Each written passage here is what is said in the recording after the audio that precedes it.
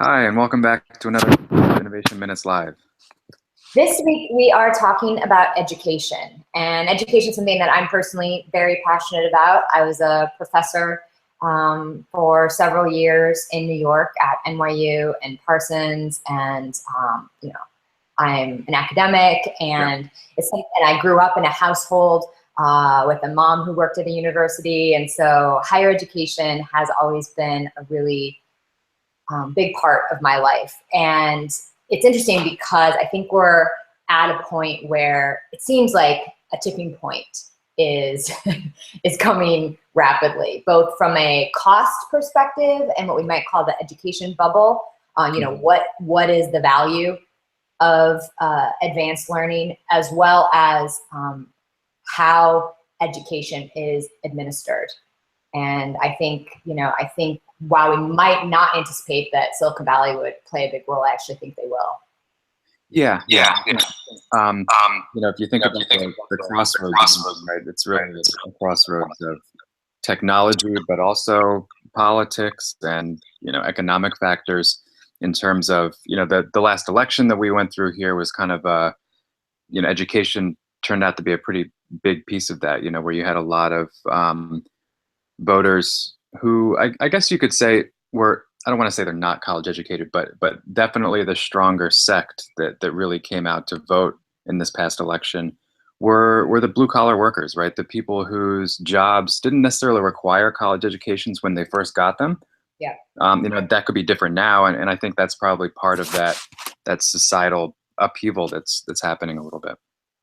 Yeah, I mean, you have kids, and you are, facing the thing that every parent does is, how will I pay for college? Yeah, and it's even from when you and I went to school, it's changed so drastically in terms of cost and competitiveness and everything else that it's that's actually what spawned this conversation today for this episode was me looking at how I'm going to send 3 kids to college when the average university, even in-state tuition in most major states, is 20 to 30K a year, right? So even if your kid finishes school, just to get a bachelor's degree in 4 years, it's going to cost you $120,000, and that's more than a house for most average Americans.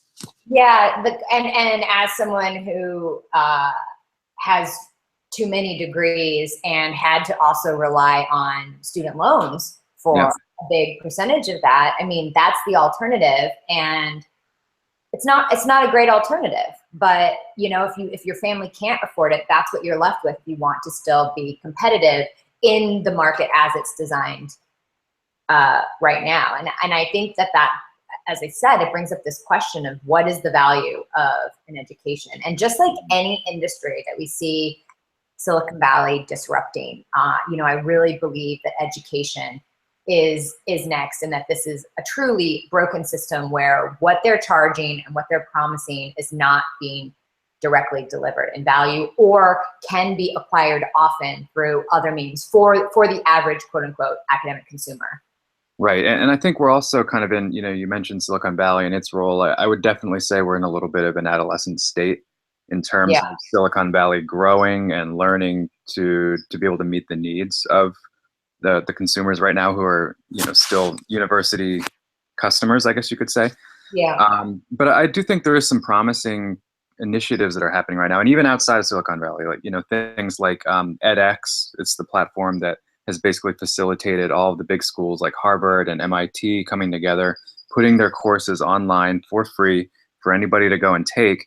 And now you're also starting to see some proctor services pop up to accompany those kind of services. So, in theory, I would say maybe in the next 5 to 10 years, a driven student could go online, get their English degree from Harvard, get their computer science degree from MIT, and maybe some sort of auxiliary minor or something from another very reputable school, package all these things together on a platform like edX, get the certifications, which are basically $100 per course, and have proctored exams, and you have the equivalent of one of the highest end degrees that you could ever put together. Now, what does that mean in terms of employment and interviews and things like that? Will that eventually be seen as as being comparable to a real degree. I don't know. Yeah, I mean, there's so many pros and cons either way. I think about the college experience, and Yeah.